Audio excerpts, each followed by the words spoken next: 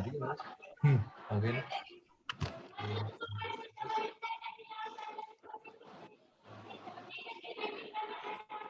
तो mic mute है और अभी चालू है अभी आप बोल सकते हो। और वीडियो आप आ ही रहे हो? नहीं, उनको दिख रहा है। हाँ ऑब्वियसली, अगर इस पैनल में तो सबको दिख रहा है। नहीं तो अपन म्यूट का डाउन। अरे પણ એ લોકો અત્યારે મારી પાસે કરડાવડા એવું પેલા ભાઈ શેર કરતા હતા ને એટલા માટે. Sunil, mute your sound.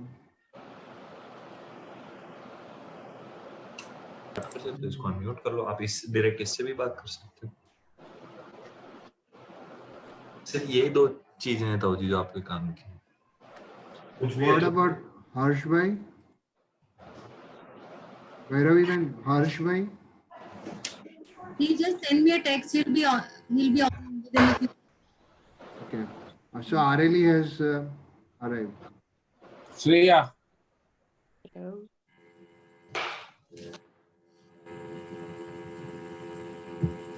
Bhairavi ji, તમારે ત્યાંથી ફોન આવે છે sound continue. Shreya is not here, Sanjay. હા, I mean that's what I'm talking to Bhairavi. Bhairavi ji, can you please call to Shreya?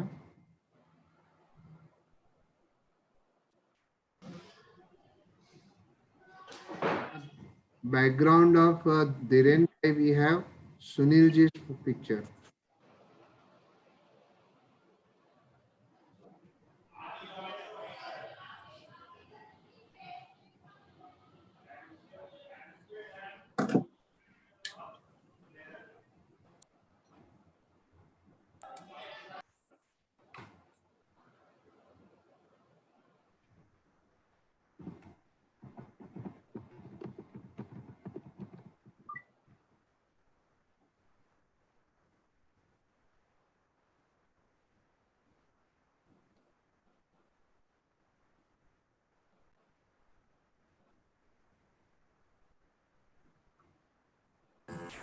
She's not responding.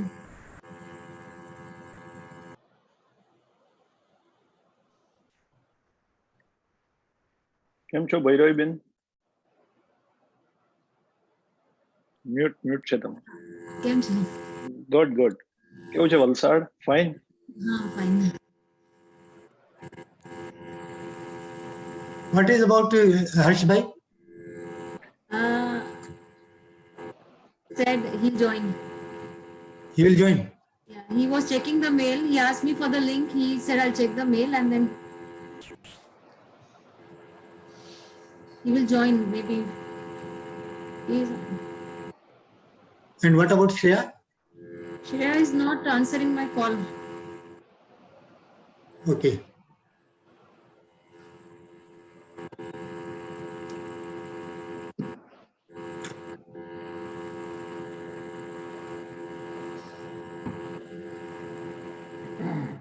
ધીરેજ sir. Dhiraj sir. Hello. Dhiraj sir, આપણે ચેમ્બરનો about chamber start કરે. About chamber exact 7 o'clock start કરી દો. Okay okay sir.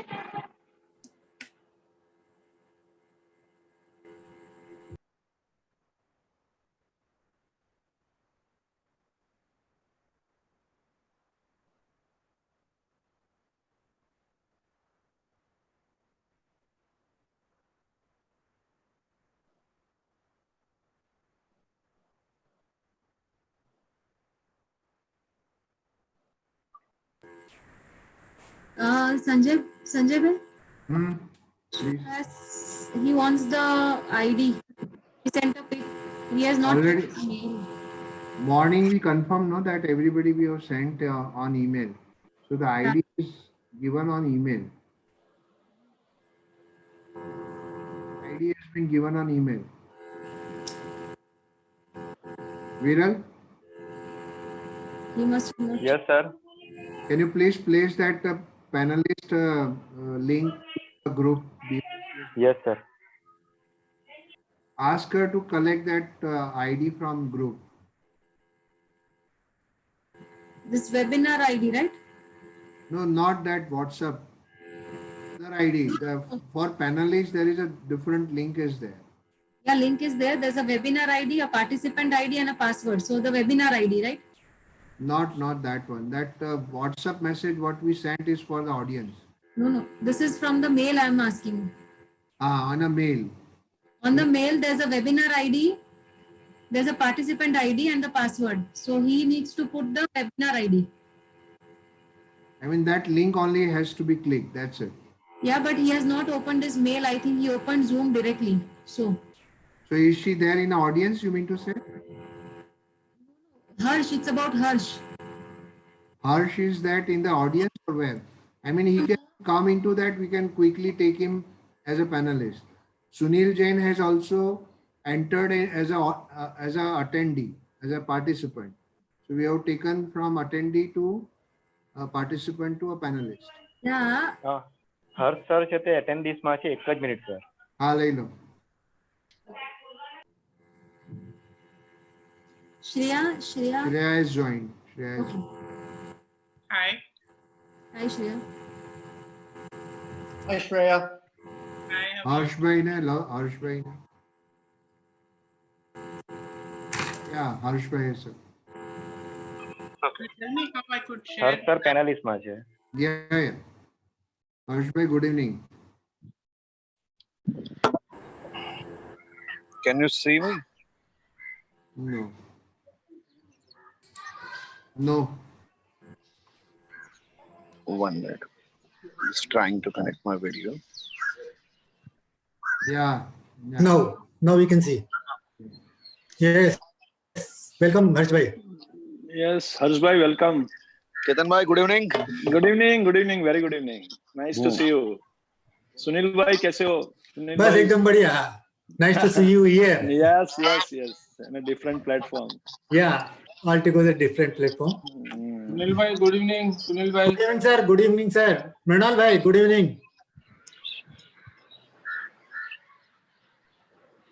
Could you please tell me how I can share my background? Change the background. Yeah, you have to go to the video. Can you see an arrow there? Where? Go to the left bottom. Left bottom. Yes, more. Video. Along with the video, there is a one arrow is there. Okay. Go to that arrow and choose virtual background. હર્ષ ભાઈ મજામાં કેમ છો હર્ષ ભાઈ? All well, તમે કેવો? બસ મજામાં. Sir about video હું ચાલુ કરું છું. અબાઉટ હા ચાલુ કરી દો.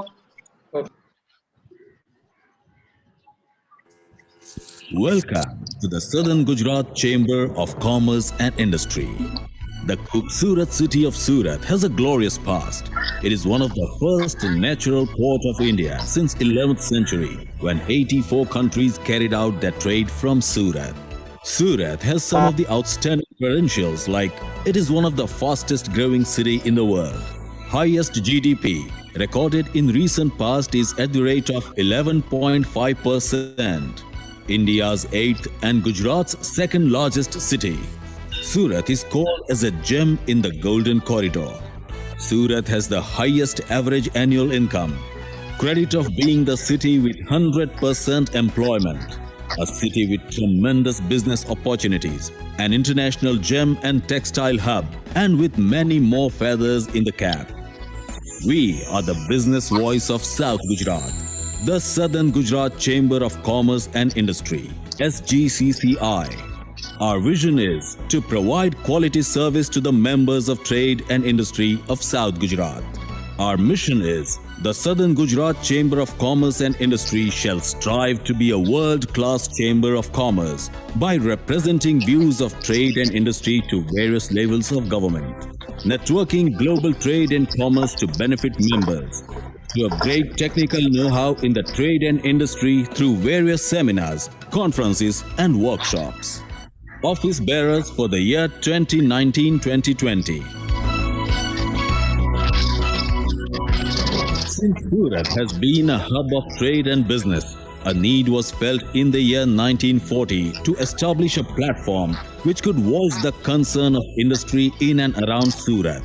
Late Shri Diwan Bahadur Bhupat Rai Shastri, the founder president, laid down the foundation stone of the SGCCI on date 21st October 1940. illustrious past presidents of SGCCI. With a strong base of over 9,000 plus members and 100 plus trade associations, we truly mark our global presence as we set up trade corners in various countries and set up trade ties.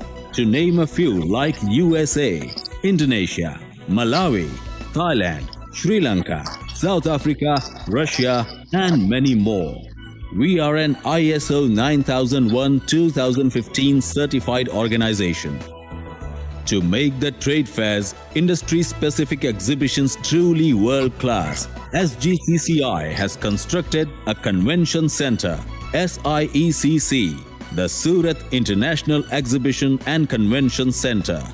Spread over a vast spread of 13 hectares of land, SIECC has ultra-modern, pillarless, fully air-conditioned multi-purpose exhibition dome of 113,000 square feet area for showcasing products and services. It was inaugurated on 12th March 2010 by Shri Narendra Bhai Modi, the Honorable Prime Minister of India and the then Honorable Chief Minister of Gujarat State. The state-of-the-art and international standard and robust air-conditioned multi-purpose platinum hall having seating capacity of 1,200 persons was inaugurated on 27th May 2016 by Srimati Nirmala Sitharaman, the Honorable Minister of Finance and the then Honorable Minister of State for Commerce and Industry, Government of India. Apart from this, the SGCCI office building has 4 seminar halls, Ramkrishna Hall, SPB Hall, Sasma Hall and Sasmi Hall. Our focus is on socio-economic development of trade and industry of southern Gujarat region from Bharuch to Umargam. SGCCI conduct activities like Golden Jubilee Memorial Trust, which endows awards of excellence in various fields every year. Ladies Wing is working very efficiently to empower and develop women entrepreneur skills. SGCCI connects and keeps its members well informed about important government notifications, trade notices, etc. SGCCI also publishes Samruddhi, a bi-monthly house bulletin, and Infozine, a monthly e-magazine. SGCCI has designed an import-export classroom training course also, organizing national international trade fairs and industry-specific exhibitions with focus on segments such as Sparkle International, Yarn Expo, Food and Agri-Tech, Women Entrepreneur Exhibition, Auto Expo, CITEX and Udyog. Other than these regular exhibitions, we also organize exhibitions based on needs of various industries like Fiber to Fashion, Vyapar, Print Fest, Consumer Electronics Expo, Disaster Fire and Safety, Embroidery Expo and Mega Build Expo.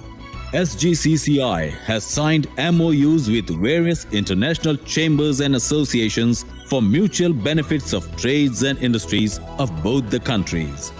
Glimpse of visitors of national and international repute. SGCCI takes pride in hosting Prime Minister Narendra Modi, ex-Prime Minister Dr. Manmohan Singh, ex-President Pranab Mukherjee and various central and state ministers and other key personalities. Here is glimpse of various national and international dignitaries visiting SGCCI. SGCCI hosted interactive session with officials from government department. Some of the grandeur of SGCCI events organized. Our motto, come, let's connect and grow together. Thank you.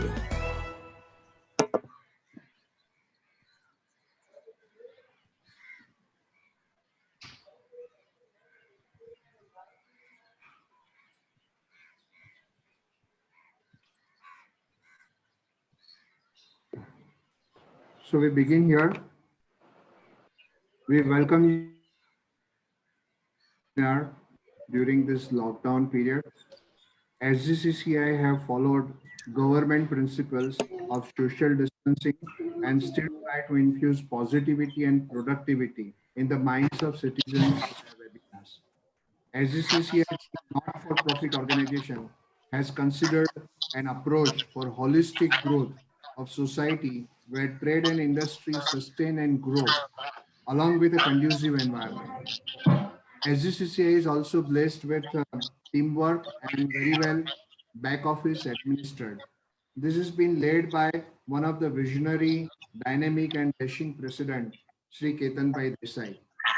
At the time, we also take note of our local representative, government representative, Shri Harsh Bhai Sangvi, who has done a wonderful efforts for the city in this very difficult times. And I invite herewith our dashing and dynamic President Ketan Bhai Desai for a welcome address. Over to Ketan.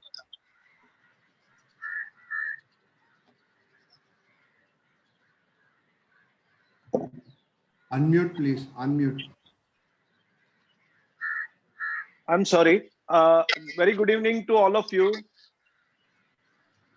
Thank you, Sanjay Bhai, for your kind welcome speech. And see, on the this situation, what we are passing through, this COVID, which we have never predicted in our life, and we have never thought about that this type of situation will have to come across. So during that time, just to keep our tempo ahead, our moral not to get down, Chamber is very proactive, and this is today our 22nd webinar. And on this kind occasion, along with Bike India Foundation, we are on this gracious moment, the present international guest, especially Lee Feldman. I welcome you, and really we appreciate your presence and concern for giving us, our this approach, and heartily welcome you, sir. Along with that, Areli Kerman, Bikes Ambassador, I really welcome you, ma'am. This is really a great moment for us to you have here. Welcome to Surat Chamber, India, all together. Along with that, Shreya ji, Namaskar, we welcome you too. And mainly beloved MLA Harsh Bhai Sangvi, who is very dynamic, very proactive, and doing wonderful social work in any crisis whatsoever come across Surat and South Gujarat area. And we are really happy to have him here today. So welcome, Harsh Bhai. Really thankful to you for joining us. Along with that, Bhairavi Joshi, welcome you, Bhairavi Ben. You are really a trendsetter, and we have a good time in Chamber in past. And really, I welcome and appreciate your this initiation, what you have taken to coordinate all the international guests today. And welcome. Along with that, our Chambers, office bearers, and so many other members, those who are here. And especially, I welcome all international. Today, we are having so many international participants today in our webinar. So I heartily welcome all our respected guests, those who have joined, and appreciate this initiation by Chamber and this by India Foundation's today's initiation in this webinar. See, today we are passing through as I told you, we are passing through a very lean patch of time that we have never thought about that how to face such situation. And okay, now with this long lockdown period, we are a little bit used to. But now the main thing is what next? When the lockdown will get out and when we will come out, our life is going to change drastically, which we have to change our lifestyle. So many things are going to change as far as our living style, how we have to cope up the situation. So there are so many things this COVID is going to change. So I will not take much time of you because we are having very expert panelists today, so many. So they will guide us how to cope up this situation in future and how to change our lifestyle in future to have our new life begins when we'll start our new life. So I once again heartily welcome guest Harsh Bhai, Bhairav Ben, Shreya ji, and all participants. Especially all participants are giving us tremendous response so far in all our webinar. So I heartily welcome everybody. Thank you so much. Thank you. Thank you, Ketan Bhai. Without wasting your time, I just wanted to inform you that we are approximately 161 participants in this webinar, and we are right now live on a YouTube. Without taking much of time, I invite the moderator of this webinar and the bicycle mayor of Surat City, Sri Sunil Jain. Over to Sunil Jain. Good evening, all of you. In this 22nd webinar, Pollution, Population and Pedaling, organized jointly by SGCCI and Bikes. Today, we are going to know how can we take up worldwide crisis caused by COVID-19 as the opportunity to extract positivity by adopting simple solutions which can transform the way we travel daily, clean up the air around us, improve our health, and tackle the climate crisis. To discuss all these, we have with us an eminent panel of speakers like Lee Fieldman, co-founder of Bikes, Ms. Areli Carrion, Ms. Shreya Buddapalli, and our own MLA Harsh Singhvi, along with Dr. Bhairavi Joshi. I am Sunil Jain, Bicycle Mayor of Surat from Bikes Amsterdam and Managing Committee member of SGCCI is going to moderate this webinar. Bikes is a social enterprise driven by the belief that bicycle transforms cities and cities transform the world. Bikes works internationally with business organizations, governments, local bodies, and is a non-profit organization to initiate and sell breakthrough ideas around cycle through their many initiatives and leadership programs. This they execute through their 45 bicycle mayors in India and nearly 100 globally. Recently, with the suggestion and initiative of former bicycle mayor of Valsad, Dr. Bhairavi Joshi, they have come up with a Bring Bikes India Foundation, which will look after the needs of Indian bicycle mayors. The Institute of Transportation and Development Policy will be their strategic partner for this endeavor. Now I will call upon Dr. Bhairavi Joshi, who has conceived this idea and who is former bicycle mayor of Valsad and presently director and CEO of Bikes India Foundation, to initiate the discussion. Dr. Bhairavi, please. Good evening, everyone. Good evening, everyone. Good evening. Yeah, I thank SGCCI for conducting this wonderful webinar. I also thank each and every one participant present here and all the respected speakers from across the globe for sparing the valuable time right now with us. Now, climate change has been on the priority and a global concern. To bring a solution to the rising temperatures has become the need of hour today. And the governments and the international forum are working towards the same. Now, you all must be surprised, all the participants, as to why a webinar on cycling during this dreadful phase of COVID-19 pandemic. Right now, when the world and India are talking about the number of new cases emerging of COVID and the number of patients dying each day, why did we come up with something like this? And that too, when the air pollution rates have dramatically dropped down. We are right now in the midst of an epidemic and possibly a pandemic of anxiety and distress. The worry that we all have about ourselves, our families, finances and work is overwhelming. There are anxiety-related behaviors right now, sleep disturbances, and overall lower perceived state of health. The physical and mental health is expected to compromise after the lockdown is opened. Though many will be able to cope up with everything, but there will be some who will be having the so-called COVID stress syndrome. Seeing the situation, even after the lockdown, social distancing is going to be mandatory. We all need to comply with the restrictions to bring this life-threatening virus under control. And it would be stupid of us to assume that we are just going to work right back into our daily routines. We are not going to. We are going to have more profound effects on our transportation behaviors than we are really thinking about. We all present here, the speakers and even many of amongst you, we all believe that the best way to keep a safe distance during our transport or travel is either by walking or by cycling. Data have also shown right now that during the early pandemic phase, across the globe, many cities have adopted cycling as an alternative means of transportation. And bike sharing systems have dramatically, they have been increased after the social distancing protocol was put forward.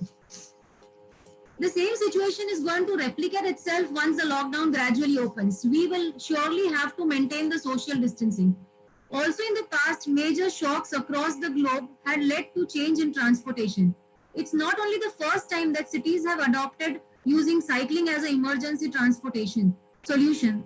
The usefulness of bicycles was seen after the earthquakes in Mexico in 2017 and Tokyo 2011.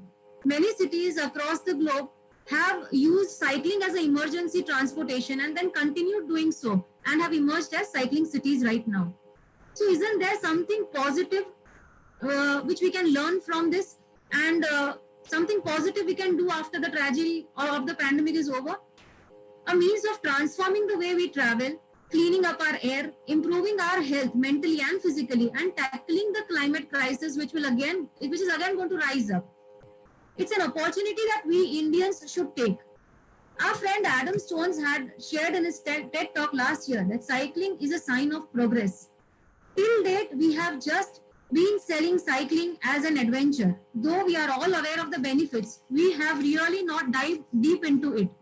My friends in BYCS Bikes in Amsterdam, they believe that cycle can transform cities and cities can transform the world. And they have come out with 5 important transformative impact of cycling. Firstly, let us just dive a bit deep into it. It's health. A lack of physical activity is shown responsible for 1 out of 6 deaths in England, and that costs about 7.4 billion pounds per year for the healthcare sector. Now let's see the other way around. If we cycle regularly, we can reduce the chances of heart disease by 52% and of cancer by 40%. It also improves your sleep. It also reduces the chances of type 2 diabetes, obesity. It has a remarkable effect on our mental health. It reduces the stress and anxiety and even improves our immunity.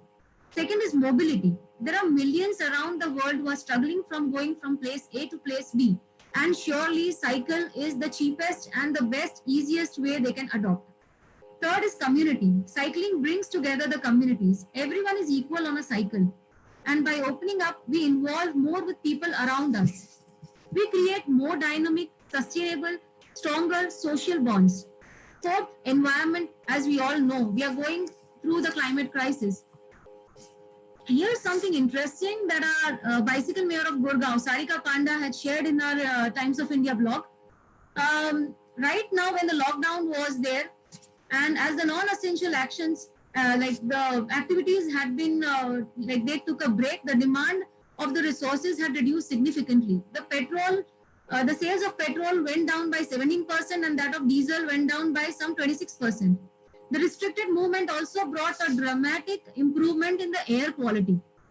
PM 2.5, an ultra-fine particulate matter with a size of 2.5 micrometers and a key metric to assess Delhi's toxic air, has gone down by a dramatic 71% just in a week's time. And not only Delhi, 91 cities of India, they showed a minimal pollution rate. Also, a clean green bicycles later on can tackle this problem. Fifth is economy. It is proved that businesses which embrace cycling tend to perform better. Their employees are more creative, they are more productive. Cycling changes the DNA of a place, which creates it more sustainable and circular economy. It's the cheapest way to get around the city. Cycling. So if we put all this together, cycling really unlocks massive social, environmental, and economic benefits for each and every one of us right now here. So isn't it high time we realize this and use the COVID-19 crisis for our benefit? The Indian government has already been adopting things from other countries and have gifted us the bike sharing system and the cycle lanes. But be honest, have we ever used it? Has the Indian population used it? Honestly, unless and until we citizens don't use it to its full potential, we are destroying our own resources. During this crisis, we should realize the value of our resources and be very strict on ourselves and how we use them judiciously. Yes, cycling is more than a transportation means. It is transformation, be it an individual transformation or a national transformation. Now, if you just see that every individual has a trip within 5 kilometers of vicinity, at least 30 to 50 times a day. If you consider the population of India and if you consider the daily trips, if he or she uses a cycle or walks around that distance, at least 2 to 3 trips a day, then imagine, just don't go under the mathematical calculations, but you can imagine that how much we would be saving our fuels, we would be controlling the air pollution, we would be looking into the health of everyone. So just I would suggest that use this lockdown period and recognize your trips, which can be either walk down or cycle down. And after the pandemic is over, after the lockdown is done, we can all shift towards a better, a cleaner mode of transport. Thank you so much.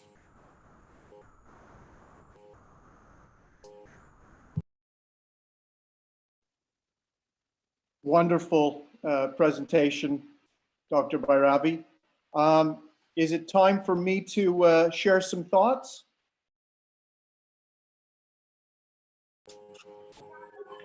Sunil sir mike चालू कर दो.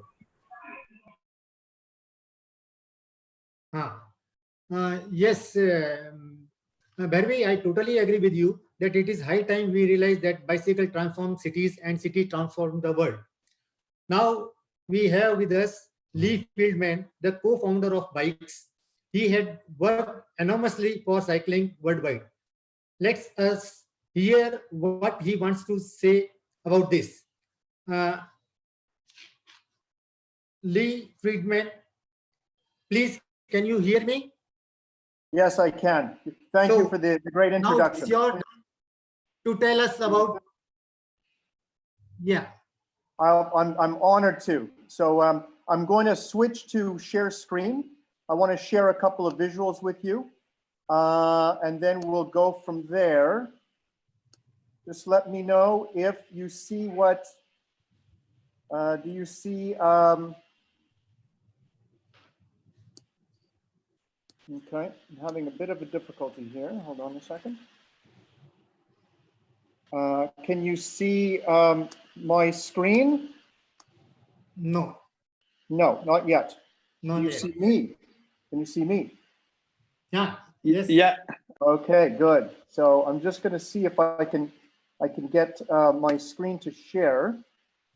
At the moment, I cannot, because the cursor sort of disappears, which is strange. Hang on a second. No. Okay. Everything okay? I'm just going to try. There we go. And now we're going to see. Yeah, it's there. Okay. Super. Sorry for the delay, everyone. I'm inviting you after listening to an amazing, inspiring talk from Dr. Bhairavi, I want to invite you for a 1-minute silent meditation, silent slide meditation.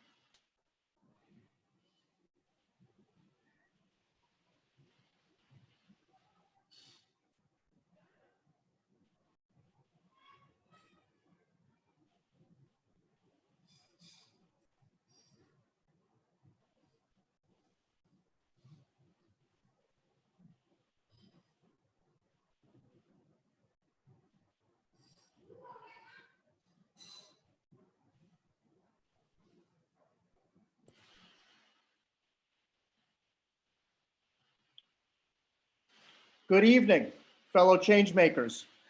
And I use that word intentionally. We're all in the same business now. We are all in the business of making a better world for everyone. That's it. That's the business. That's what we're going to be busy doing from now on. And it's kind of exciting. When I was a kid growing up in Canada, my mom and dad and uncles, my whole family, they were all in the clothing business. And they did okay. We had food on the table, we had roofs over our heads, and that was enough. They worked very hard for their immediate families, manufacturing jeans, jackets, coats. That was our normal. My friends and family, my immediate social network, they all grew up thinking that we were going to go into our parents' business, graduate high school, maybe attend university, then the family business. But fate had a funny way of intervening. I didn't know it at the time, but from age 17 to 22, when I was 17 to 22, the transformation of my whole world was underway. In the space of 5 years, all the clothing production in Canada moved offshore to China. All factories where I grew up closed. A few companies, the early ones, they saw the writing on the wall. They became the major importers. The rest, like my dad and my uncles, they just had to look on. Victims of much larger global forces that were too big and too complex to even notice. So at 22, I was in my university dorm, my final year of university. I was about to graduate political science, studying the politics of South Asia, Mr. Clean, Rajiv Gandhi. And I got a call. It was my dad. Son, I've sold the factory. I've left your mother. I'm moving to New York. My world gone. The old model of my world ended that day in 1989. And I sat there depressed and alone in my dorm room, away from family. And just when I thought I couldn't get any lower, a new idea emerged. I'm free. I don't have to go home, whatever that means now. I felt alive with possibility. My future was wide open. I can invent any story I want, and I did. And that's what got me here talking to you, this illustrious audience in South Gujarat.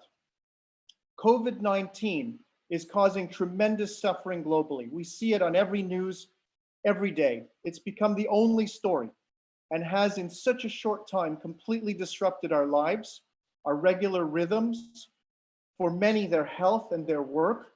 It's a global disaster that we feared, that we were unprepared for, and now it's right upon us. But we have to realize that sooner or later, something like this was going to come along and shake us out of our global trance, wake us up, perhaps get us to see the world with new eyes, perhaps give us tiny glimpses of alternate realities, forcing us to pay attention to bigger issues, inspire or smaller issues, inspiring us to reflect more deeply on our lives and on our collective existence, on our shared planet. Like me, sitting alone in my dorm room in 1989, the future is wide open. And this is what I want to tell you, business leaders of South Gujarat. I want to tell you that we're all good people. We work hard and we love our families, and we're all trying to build better lives from our thriving businesses. And I want to tell you that out of this crisis, a new world is starting to emerge. COVID-19 is the crisis that's starting the clock ticking. It's our starter pistol. It's a strong, clear signal. We have 10 years. This is not the West. I'm in the West now. I'm over in Amsterdam. But this is not the West characteristically telling India to slow down, to stop polluting. Though I'll have to tell you, the Himalayas look really nice right now. This is nature and science telling us we have 10 years. Now, I've liberally chosen a quote here from John Elkington's book, Green Swans, and I want to share it with you. Either capitalism must be transformed, root and branch, with new definitions of impact, value, and wealth creation, or it will be replaced. The ultimate test is whether whatever form of wealth creation we do evolve by the 2030s is capable of actively restoring and regenerating our natural environment, and in parallel, our economies and societies. We have now entered the age of consequences. I don't know if you could see behind me here, but this is sort of the geologic record of the Earth. And we're kind of like now reaching the end. We're in the age of consequences. What are we going to do about it? Business leaders of South Gujarat, capitalism needs to be reinvented for the 21st century. This means discarding the tired reflex that has driven economic development for the last 200 years, self-interest, in favor of working for the common good.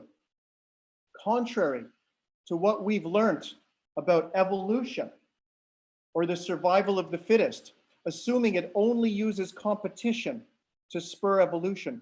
The truth is that the natural world is largely concerned with collaboration, with symbiosis. It requires supercharging models of cooperation, which recognize that you can only deliver real change, real transformational change at speed, at scale, and with maximum impact, provided you join forces in deep and purposeful collaboration with others. Cross-sectional, public-private partnerships across business, government, NGO, civil society, academia, and local organizations that simultaneously draw on individual strengths and expertise collectively raise ambitions. No single actor has the capacity or license to act alone. So, a profound paradigm shift is now underway toward a global mindset based on one planet thinking. Its impacts will become increasingly evident in the 2020s. We're in it right now. Economic, social, human, and above all, environmental challenges will be greater than at any other time in recorded history. But at the same time, there will be unprecedented opportunities for those offering workable solutions to such challenges. So business leaders of South Gujarat and everyone else listening to this webinar, you've been briefed. The first glimpse of a new world that is starting to open up, just like the first glimpse of the Himalayas for millions in India. Millions of people under 30 years old are seeing the Himalayas for the first time, like the first star field visible over Delhi in decades. I implore you to get to know that world. The work that we do at Bikes aspires to this new vision of the world, this new cooperative landscape. Our promise is that the bicycle is the simplest solution to some of the world's most complex problems. And our goal is 50 by 30. Half of all trips by bicycle by 2030. It sounds crazy, but as some of you have heard me say, it is the most sensible thing we could be doing right now. Reaching this goal will lead to what we describe as positive compounding effects. And Dr. Bhairavi did a great job of outlining some of those benefits. But when those benefits are compounded, it leads to incredible transformational change. Societies that prioritize cycling will see a substantial improvement in overall quality of life based on lower pollutions. Schools can stay open. They don't have to close. I saw it in Bangkok last year. I was heartbroken that kids could not go to school. Of course, we know about it in Delhi as well. Kids can ride to school. Obesity levels fall. We heard this from Dr. Bhairavi. Mental and physical health will improve. No one will waste their precious time stuck in choking traffic. Major injuries and traffic fatalities all but disappear. Greenways lead to a reversal of the heat sink effect. So cities start to cool down again, right when they need it most. Money saved on healthcare costs, on missed productivity because of pollution and traffic can better be spent on other societal improvements. This is where the bicycle can take us. We can see it now. It is so clear. Cycling at scale massively and instantly reverses the negative effects of our modern world without forcing humanity backward in any significant way. We can see it now. It's so clear. This is the world of 50% cycle trips, the better world our heart knows exists. All that said, we have a long way to go and a short time to get there, but we've given ourselves a fighting chance, and here's how. Some of you know Dr. Bhairavi, and you heard her speak earlier, and you're also very fortunate to get to meet Areli today. These two positive forces of nature represent the best of us. Bicycle mayors. This is our way to reach our big, audacious goal, 50 by 30. Now there are over 100 bicycle mayors active in cities on every continent. They are leading cycling change makers in their city, doing incredible work. You'll hear some inspiring stories from them today. Bicycle mayors are thinking globally, thinking about the system changing, world saving potential of the bicycle, and acting locally, demanding that their cities, their places, do more, pass new laws, make new cycleways, all in an effort to stimulate more cycling. Bicycle mayors are leading the demand for positive change.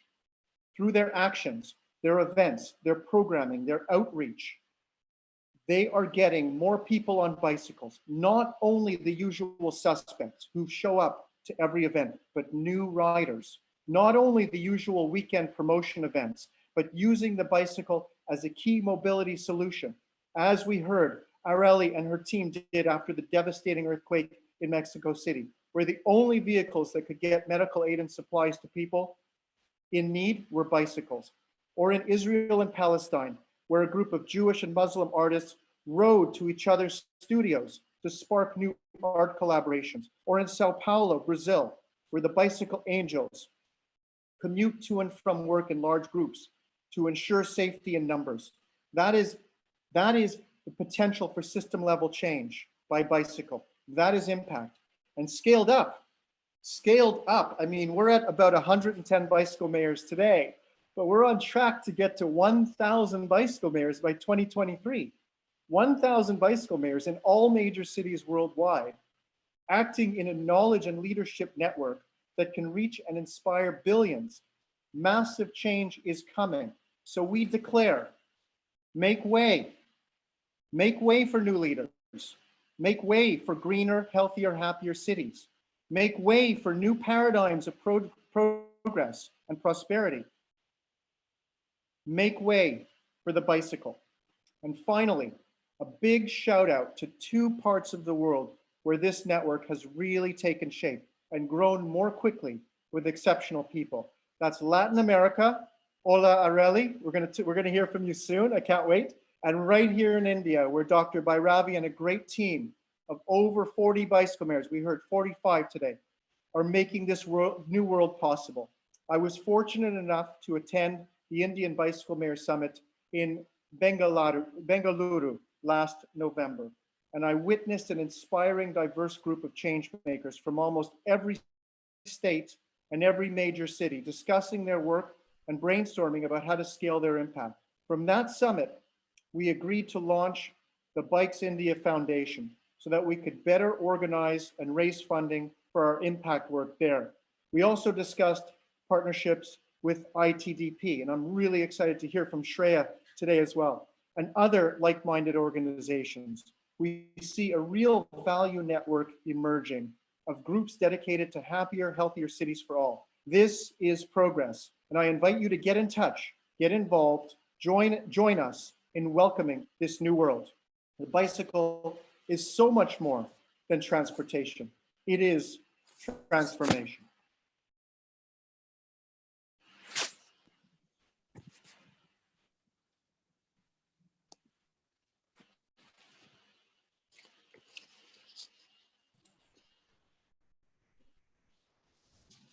Thank you, Lee, for elaborating us with importance of synergies and cooperation for one planet thinking and benefits of cycling worldwide.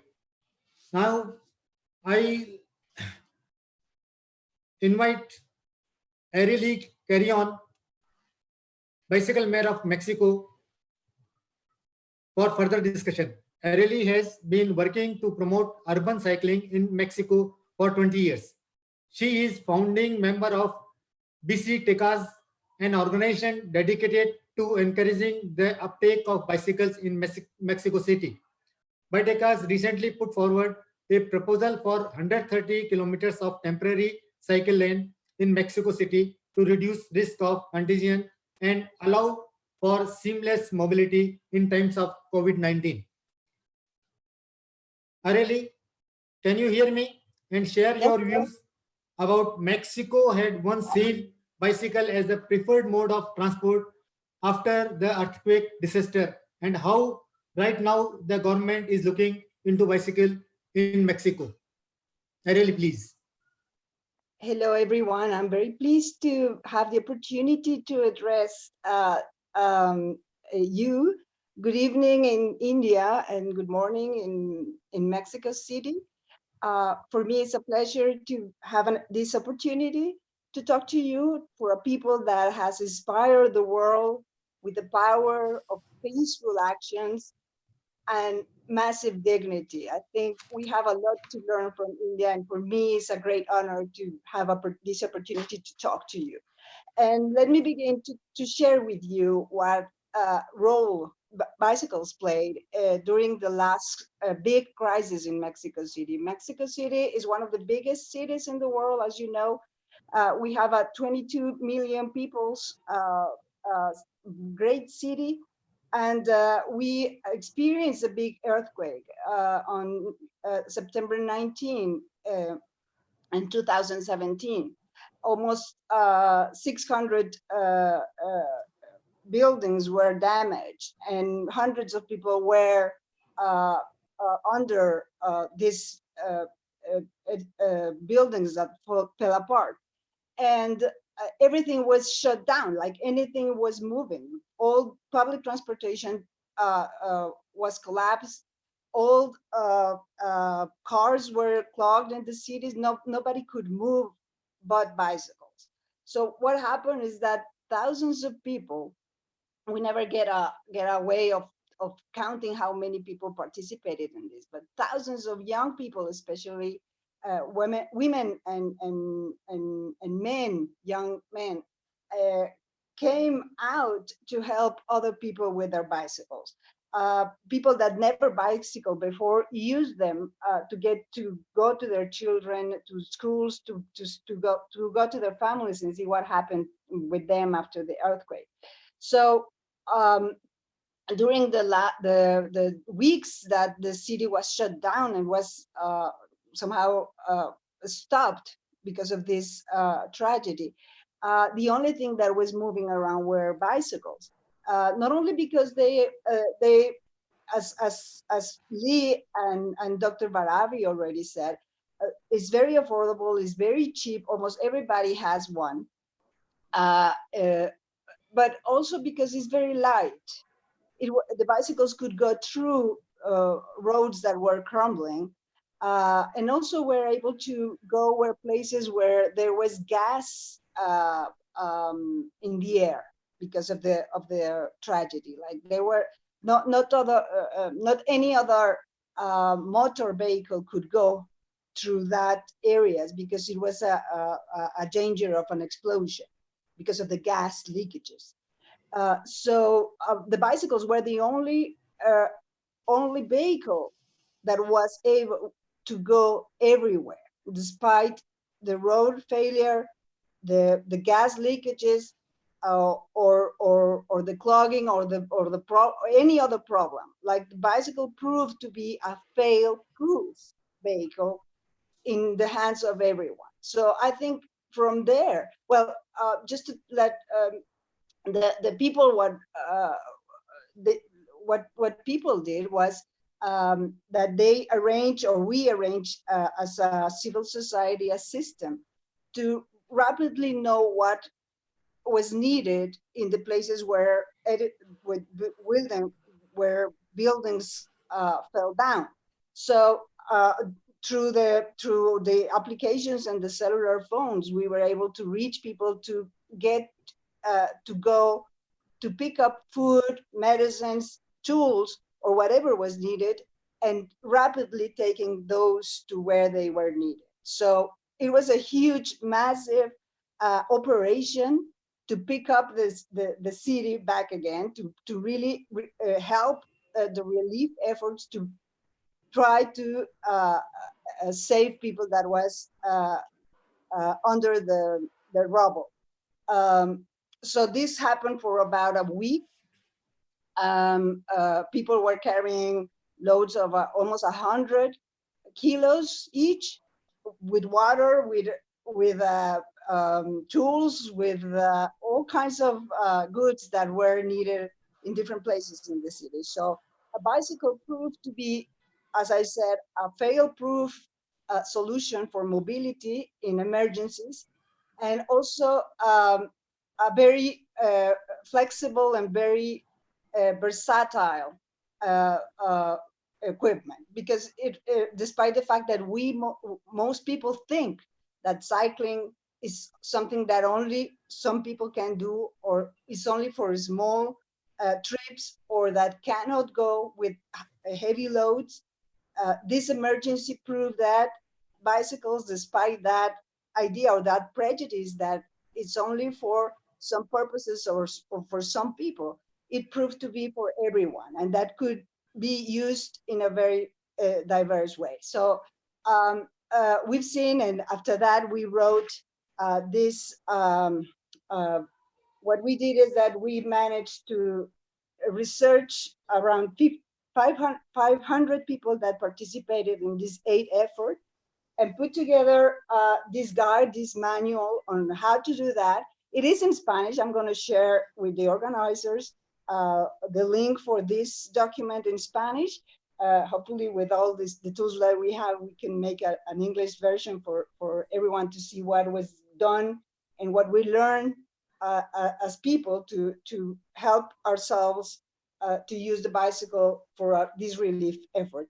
After we did this, we are trying to share this information with some other people in Latin America, with our partners in Chile, for instance, because they suffer as well with earthquakes very constantly.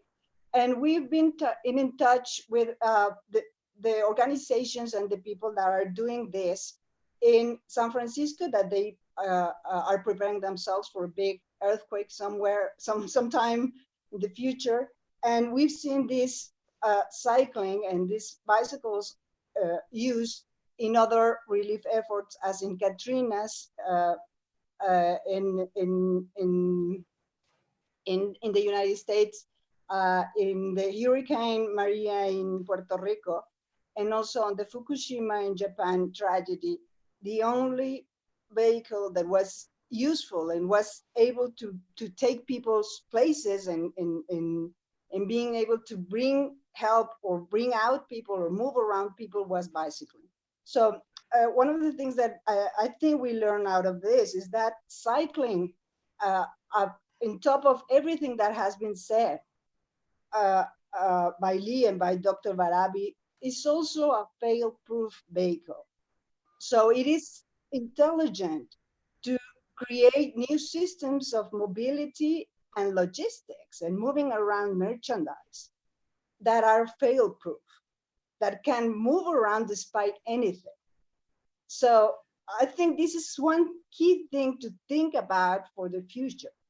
If we are one other thing that I want to say and share is that we will overcome this COVID crisis that has brought us all together. We all around the world locked down in our houses, waiting for this virus to be under control. But this is not the only time this is going to happen. I think that for the first time, we are experiencing what we should be known by now, that we are one world, that we are brothers and sisters, despite our differences and nationalities, and all our differences are non-important. We really are one planet, one big family. And we need to think about this from now on, and we need to figure out solutions for everyone. If not, what we've learned so far. And I think this is very interesting for countries like India and Mexico that are massive. We are big countries. If we don't provide and think on solutions that are useful and feasible for everyone, we are failing to provide with solutions. The solutions that don't work for everyone are not solutions, not anymore.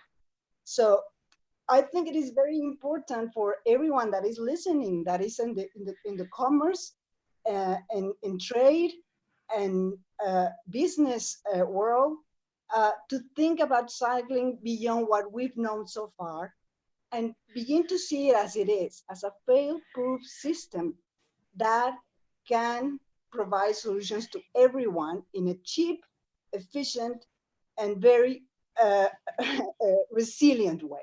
No matter what happens in the future, how many other challenges, climate change or economy, or we don't know what could be in the future for everyone. It is intelligent to create a system that is fail-proof. And cycling is one of those. When people are able to eat and have energy to live, they will have energy to move around with a bicycle in a very efficient, silent, very ecological way. So this is a solution that. Hello. Sorry for that. It's my kid on home, like in everybody.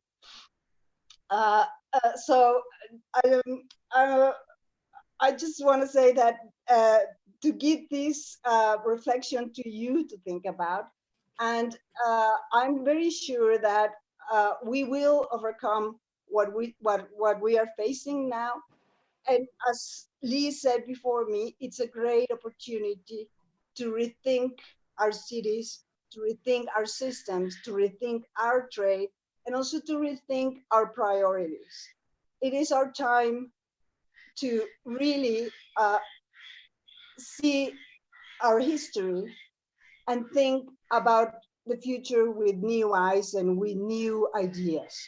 In Mexico, one of the things that are stopping solutions to move forward rapidly are conceived ideas, are ideas that progress is linked to cars or to high consumption, or you have a good life only if you have high income and a high consumption rate. And this is not necessarily true. There is good life with pause production and pause consumption. We need to learn to do that for everyone to have what is needed to have a good life, to have a healthy life. And to one of the things that I think must be in our mind whenever we reset our thinking for the future is we need to provide solutions that are keen or are focused on justice. We need to think in everyone. If we don't think, as Lee said, this is the end of the century of competition. This is the beginning of the century of collaboration. So we need to think about how do we manage to create systems that are fail-proof, that are very sustainable, that are in the hands of everyone. One of the things that we've learned in Mexico City is that systems are more resilient and they are more flexible and are capable of survive challenges when they are not massive, but small scale. Like it's very, maybe one cyclist can fail and have, a mechanic problem or something, but you have thousands others that don't. And then the aid arrives and people keeps on moving. So it is interesting to think about these sort of things whenever we think to resettle transportation in the future. What's happening now in Mexico City is that just as you, we are in our houses, most of the people. So the proposal that we prepare for the city for 300 kilometers of temporary bike lanes was not seen as a priority because almost 60% of the people is in their houses, and the use of public transportation has slowed down very, very drastically. Some metro and trains have gone as 50% less people. So they didn't seem, they don't have, and the government, Mexico City's government doesn't have enough personnel to provide a safe lane, and they don't know how to do it in a cheap way. And this is something that also I've been discussing with my colleagues, activist bicycle colleagues in New York. They are facing this difficulty to implement those temporary bike lanes because of the lack of personnel in the street and the risk of having employers to have COVID if they are in the street. So what we see is that nevertheless, despite the fact that maybe they won't take upon our plan to do this temporary bike lanes that we proposed, we think that eventually cycling will be a key component into the recovery of the city, because as maybe is true in many places, in Mexico City, almost 60% of the people live beyond the poverty line. So many people are not able to stay at home presently because they live to the day. I mean, if they don't work that day, they don't eat.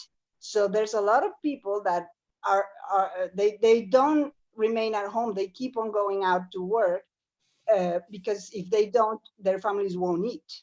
So we need to think of those the weakest link in this chain.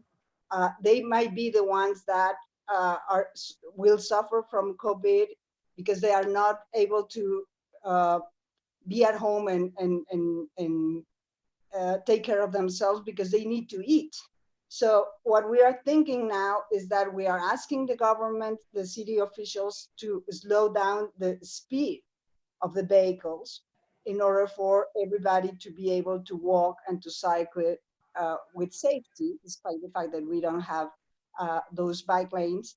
And the other thing that we are planning to do in these days is to be able to do bicycles that are like somehow put together with spare parts from the cycling community, in order for us to being able to give away bicycles to the key personnel, the policemen, the janitors, the nurses, and the people that are very poor and need to work, and that they are essential workers during this crisis. So we are planning to do that in order for keep on showing that cycling is a solution, and that we as people are ready to do our part to, from our houses, from being away from the public, we are able to still help in this situation. And well, this is what we're doing in Mexico.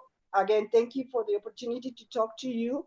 And I'm looking forward for your questions and for share thoughts and reflection on how are we gonna reinvent ourselves as a society, as cities, in order for not only being able to overcome this big crisis, but to be ready for whatever the future and climate change will bring on.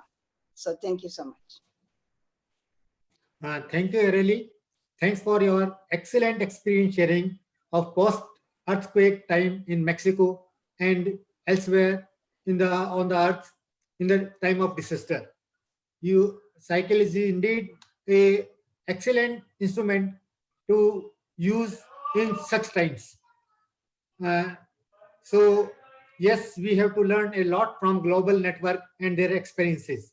Now I request Shreya Godapalli to share her views on the topic. Shreya leads the India and South Asia program of Institute of Transportation and Development Policy, ITDP, a global non-profit organization that works worldwide to design and implement high-quality transport system and policy solution that makes our cities more sustainable, equitable, and enjoyable. Her work since late 90s has established her as one of the foremost experts on the sustainable urban mobility. Shreya, can you please hear me? Yes, I can. Can you hear Yeah. me? So now it's your chance to elaborate us on the topic. Sure, thank you. I have a few slides. Let me see if I can share my screen.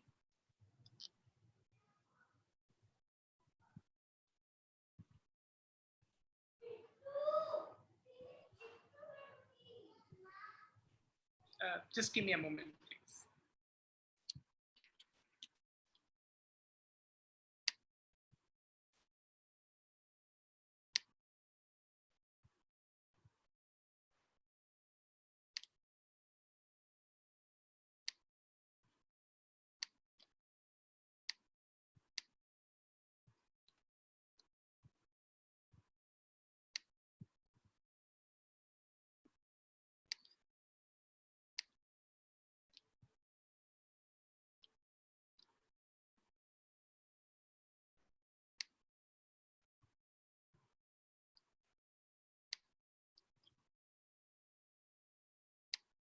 Can I help you, Shreya?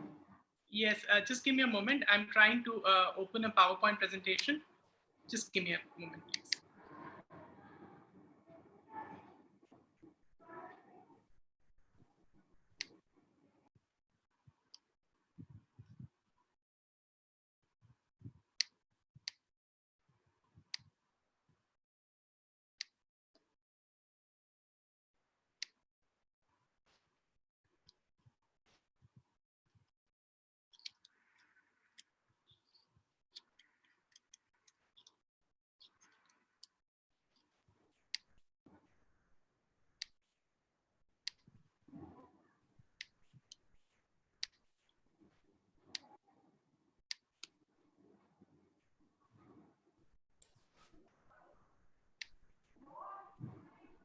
Shreya, are you there? Yes, I'm there. Just please give me a moment.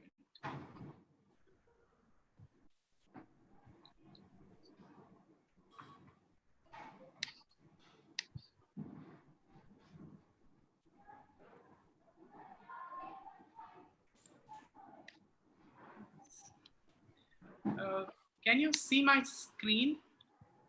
No.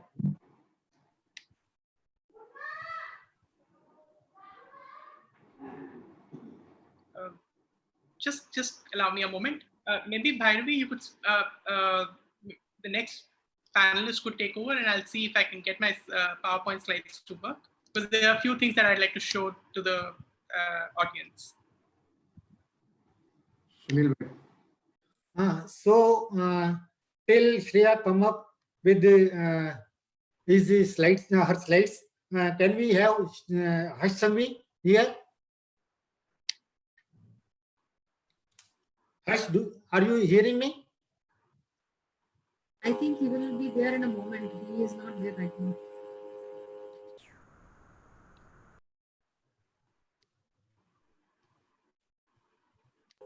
Yeah, we can see your slides. Okay, great. So let me start with my presentation. Shall I? Yeah. Great. So thanks a lot, BYCS, also the Southern Gujarat Chamber of Commerce. It's a pleasure to be here on this panel.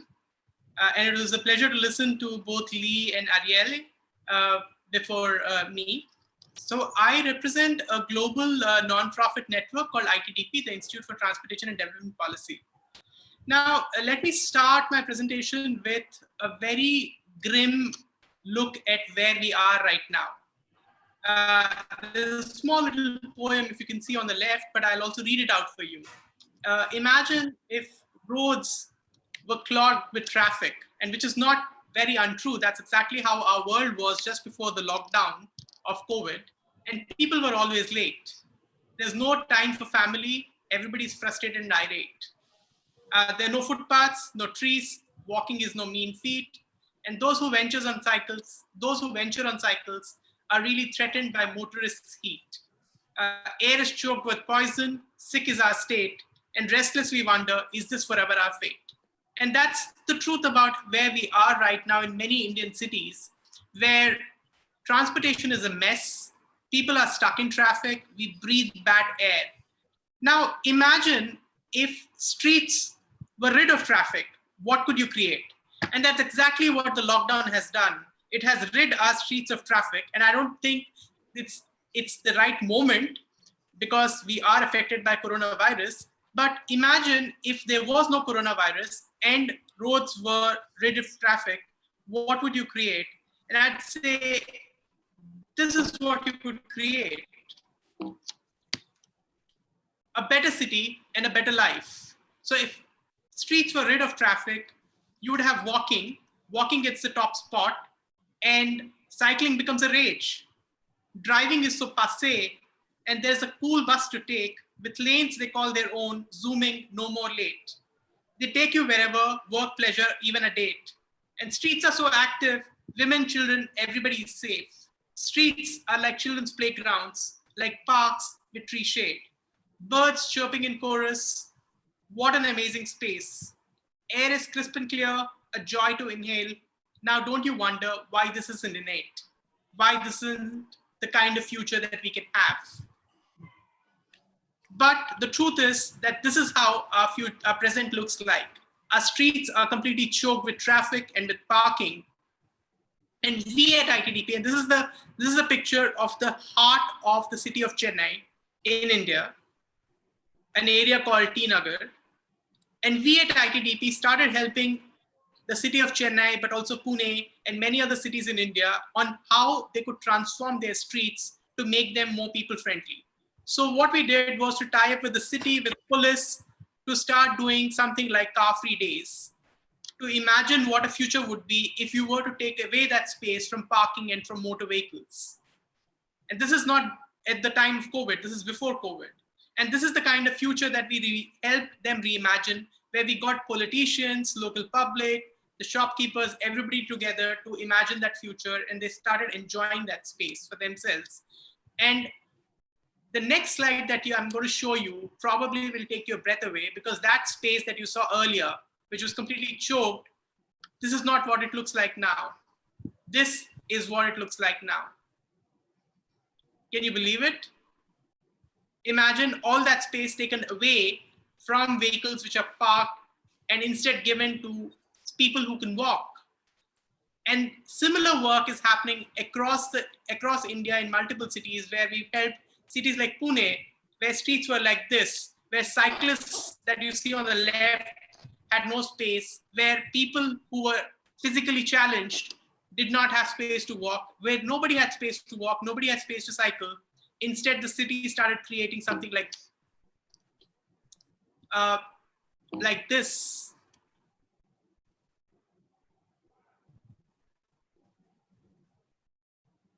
Which are great streets for everybody to walk, everybody to cycle, and where motor vehicles are not the future, where walking and cycling becomes the future. The city also has street design guidelines that we help them create. And the idea is that when we're creating streets, we need to make sure that they work for all.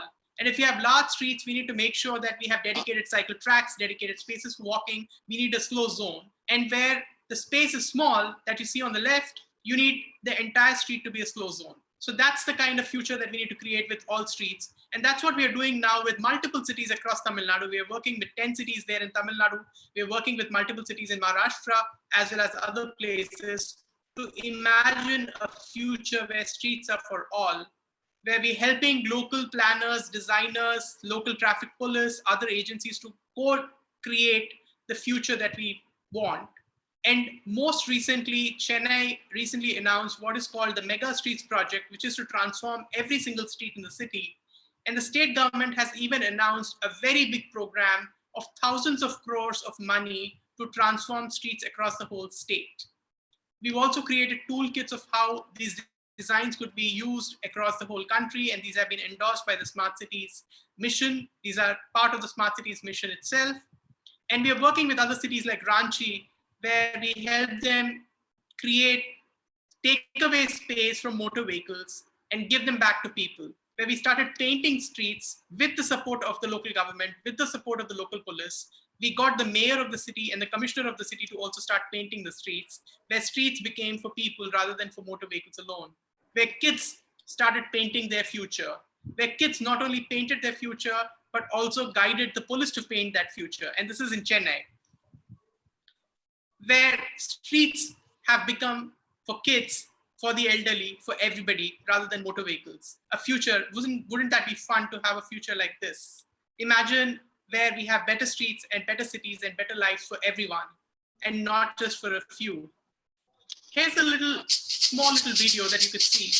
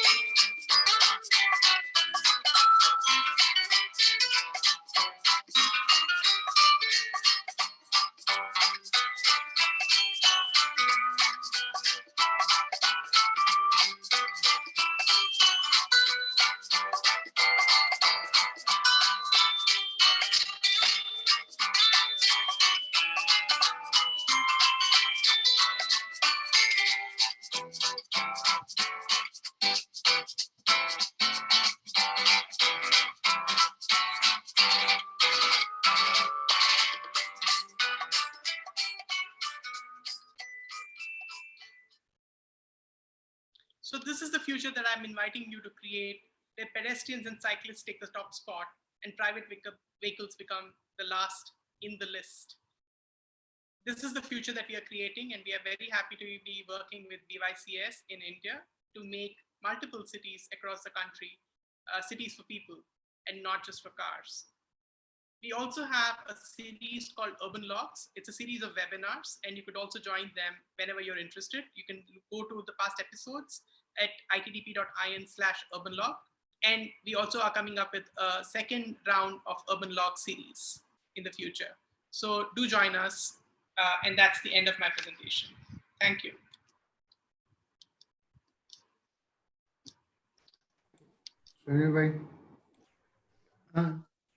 Thank you, Shreya, for sharing your views and enlightening us with your plans and what you are excellent work you are doing for making our cities better for living. So now, Harsh bhai, are you listening me? Hello. I think. Hello. Harsh bhai.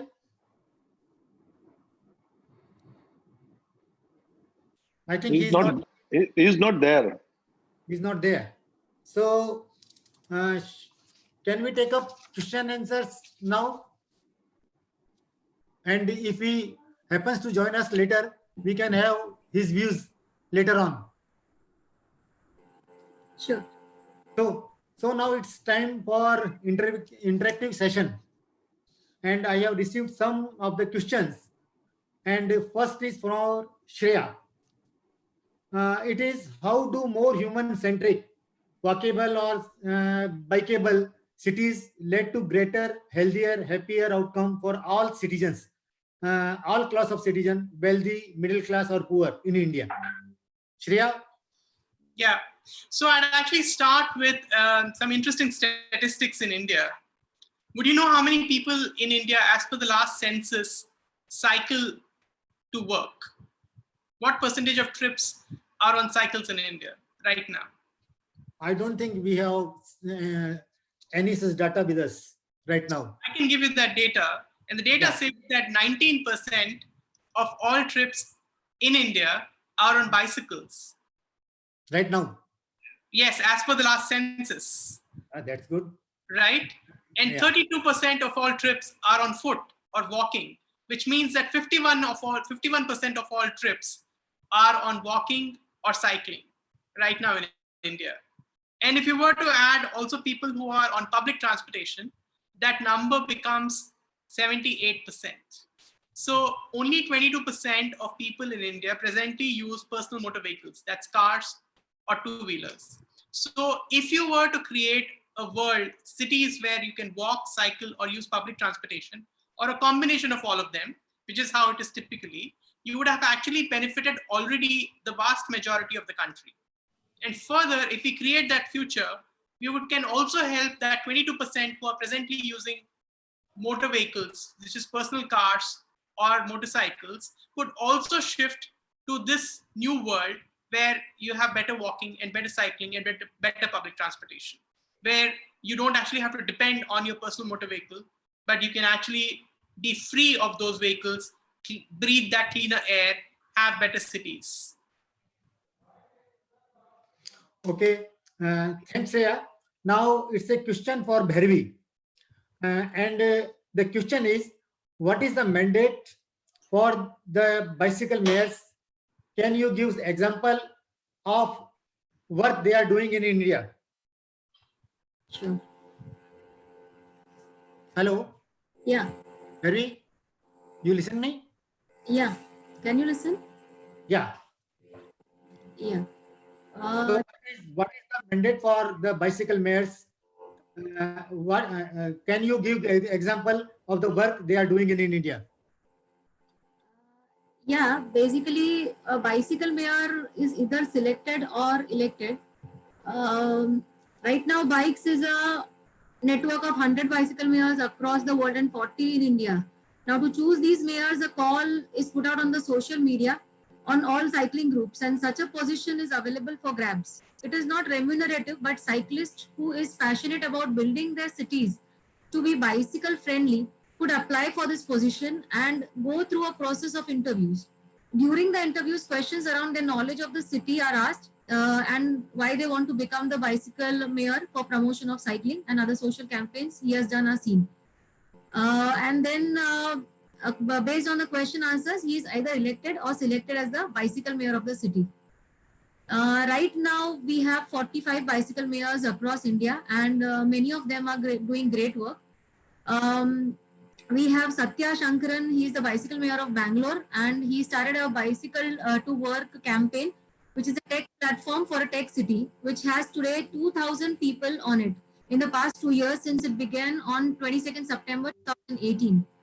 More than 75,000 trips covering 6.1 lakh kilometers have been clocked, saving 1.5 lakh kg of carbon dioxide. Similar cycle to work campaign have been done in other cities by Firoza Suresh from Bombay. She's the bicycle mayor of Bombay.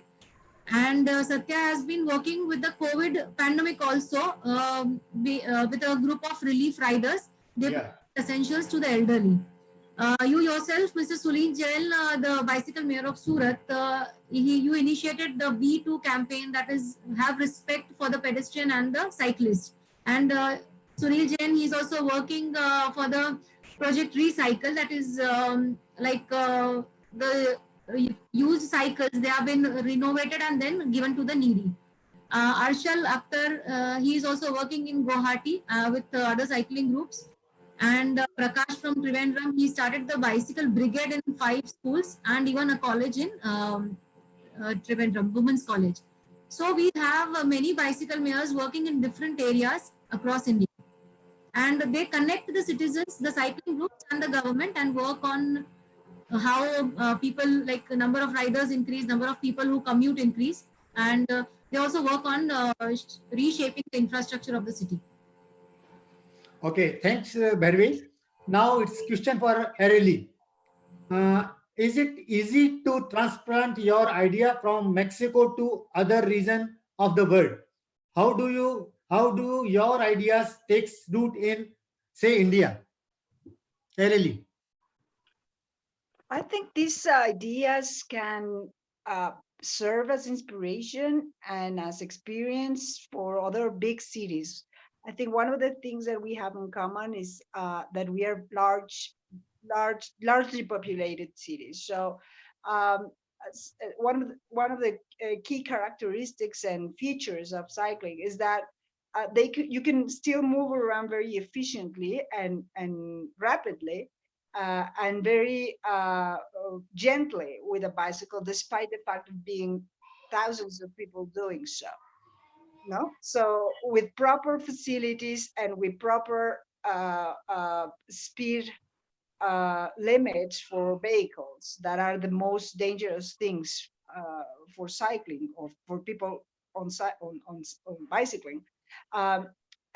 With that combination of infrastructure and laws and a proper vision that we need to share the road, it is feasible for people to do it in a safe way. And I think many experiences from before has helped us to do that. In Mexico City, we have each Sunday, we close down the most important avenue in Mexico City, in the financial district. And we have a 95 kilometers closures to cars, so people can come out and cycle. And this has teach everyone that the city is is nicer than most people think, and that is nicer without cars, and that people is able to cycle more than they think they can. Once the proper conditions exist, young children, even people with overweight.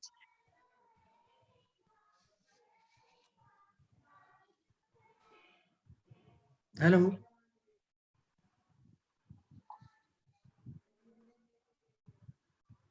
I think Aurelie may have frozen up. Okay. Yeah. So Now we take another question, and that is for Lee. And that is, what kind of organization is Bikes globally? How are you funded? What is the relationship between Bikes Global and the bicycle mayors? Lee, Great please. one. A great one.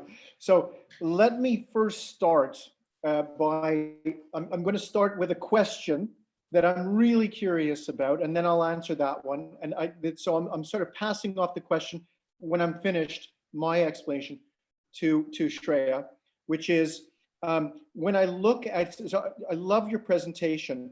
When I look at the before and after pictures, I'm like, absolutely, there it is. I mean, it's so clear. It's so transformative to see that. My question for Shreya, and also if Areli comes back online, this is my question. As a real, like, naive optimist, I'm very curious about who are the that stand in the way of that kind of progress. Who takes a look at that after picture and says, no, I don't want that. I want cars and pollution and traffic on the roads. I'm very curious about the interests at play that want to keep that status quo. I'm very curious about that because I have not been able to crack that at sort of the governmental level. So I'll just put that one on the shelf and then come back and answer Sunil's great question. So Bikes is an international nonprofit organization. We make our money. We have a profit side and a intentional impact side. The profit side, what we do is we work with different Dutch governmental organizations, City of Amsterdam, Province of Gelderland, and other regional, local, and national groups. And we do consulting work and help them envision better futures with bicycles. We get paid for that. We take some of the money from that and we fund the big global impact work that we're doing, let's say through Bicycle Mayor Program and through some of the other initiatives that we're doing. So we have Bicycle Mayor Network. We have the Bicycle Architecture Biennale, which is celebrating the best urban plans, the best urban designs, the best built environments that get more people to pay attention to the bicycle and inspire more people to think about the longer term positive impacts of the bicycle. That's the Bicycle Architecture Biennale. We have Bikes Impact, which is still a work in progress, which is about linking more cycling with higher quality of life through live data from cities all over the world. So at one glance, a city maker, a politician, a policy maker can type in their city. They could slide from, let's say, 5% to 50%. They could use a slider and they could automatically see the correlation, the correlation between more cycling and a higher quality of life in their city. We finished the data model for that and we're putting a UX on it and we're going to distribute that through all of our bicycle mayors so that they could use it at their city level. We have Bikes Lab, which is a place that convenes politicians, bicycle mayors, and the public on making ideas and solutions in a place rather than importing solutions from a place like the Netherlands, because we're very proud of what we do here. We love to talk about it all over the world. We don't think that all of our ideas necessarily have to be perfectly copied and pasted in other places. We think that ideas can come from the place that, you know, from the origin of the place, from the origin of the culture, from the origin of the community there. So that's Bikes Lab. And then we have Bikes to Work, which we basically go directly to businesses and we make a very, very, very strong business case to say, if more of your employees cycle to work every day, here are the business benefits. So those are the different programs we do. Each one of them is at a different stage of maturity, and all of them are going to be distributed through to the bicycle mayors so that they could use them at their local, regional level. Now, back to that question for Shreya. I'm very curious. Shreya, can you enlighten me on that? Sure. Now, you're absolutely right, and that's exactly why we are very keen to create flagship projects like these, which really inspire everyone to create that kind of a new future. So, for example, this street that the picture of which I showed you is right in the middle of the city, and was inaugurated by the provincial chief minister, and was so impressed by it that he announced that such pedestrian plazas will be created across the city in Chennai, but also across the whole state. And subsequently, in the state budget, announced nearly $1 billion worth of investments over the next many years in creating streets for all. So I think it's important that we create something that's really inspirational, which gets people excited about and gets replicated. Of course, there are lots of other things as well, like how do you build the capacity of municipal engineers to plan and design something like this? And how do you get local participation of people to make sure that they're all coming together to envision the future? And that's the work that we at ITTP do with cities across India and worldwide. Thanks, Lee and Shreya. Now, Bharvi and Lee Fieldman will tell us about how people can join the foundation and be a part of global movement. So, Bharvi, can you please tell the participants of this webinar how can the people join the foundation and can be the part of global movement? Basically, Bikes India Foundation, which is a wing of bikes, it is to support the bicycle mayors across India and to bring about a change in India. So anyone who is interested in bringing the cycling culture back can be a part of the foundation and be a part of the movement. You can contact on the IDs which are there and you can reach to us. I would ask Lee to speak on this also. Thanks, Bhairavi. Thanks, Dr. Bhairavi. So, so there's the Bikes India Foundation, and then there's Bikes Global. For those tuning in, to this this webinar, if you're really sort of driven by the potential for the transformational potential of the bicycle for India, definitely get in touch with Bhairavi's team at Bikes India Foundation. If you want to talk more to us about what we're doing globally, how we're connecting the bicycle mayors, the decentralized network that's starting to emerge, through the leadership of Bhairavi and her team in India, the amazing work that continues to come out of Latin America with Areli, how those things link together and how they create something that's much greater than the sum of their parts. If you're curious about that, get in touch with me. It's lee@bikes.org. Very simple. If you want to support it, if you want to join it, if you want to help us figure out, because this is all new territory. This is the new world. We're figuring out new business models. We're figuring out new ways of collaboration. We're doing it right here in real time, thanks to COVID-19. Get in touch with me, and we'll continue that conversation. Thanks, Bharvi and Lee.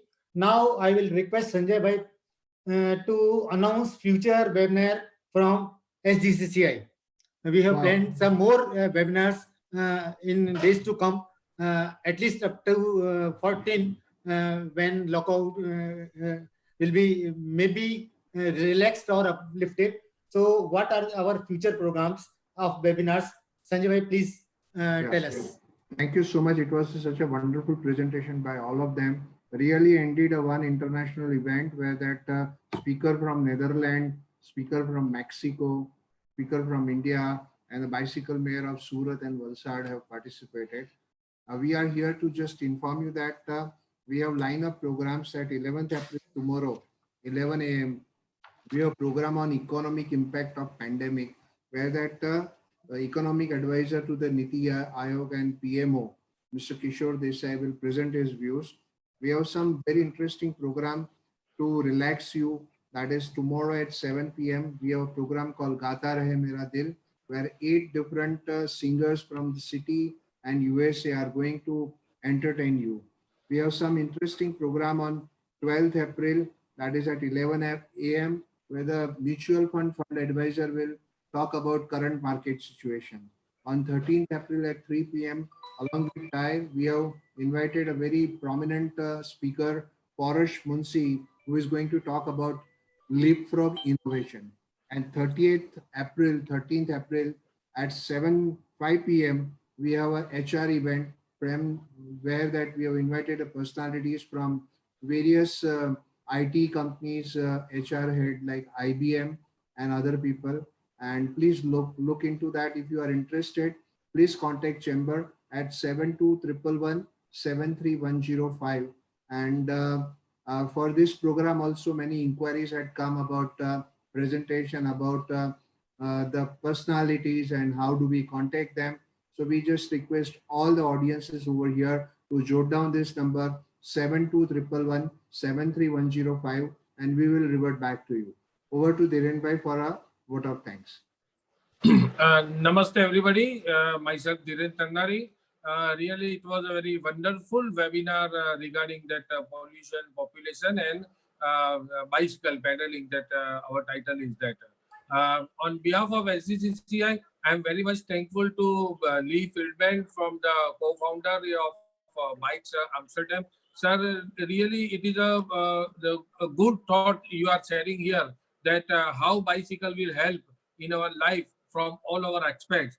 And we hope that you will fulfill your target that 50 by 30, half of city trips by bicycle by 2030. Sir, we are also interested in India to popularize more and more bicycling in India, and hope that bikes will help us, because our Bikes India Foundation is also doing very well. So we hope your cooperation from your side, from the bikes. Sir, we are very much thankful for sharing your thoughts and giving the time for this webinar.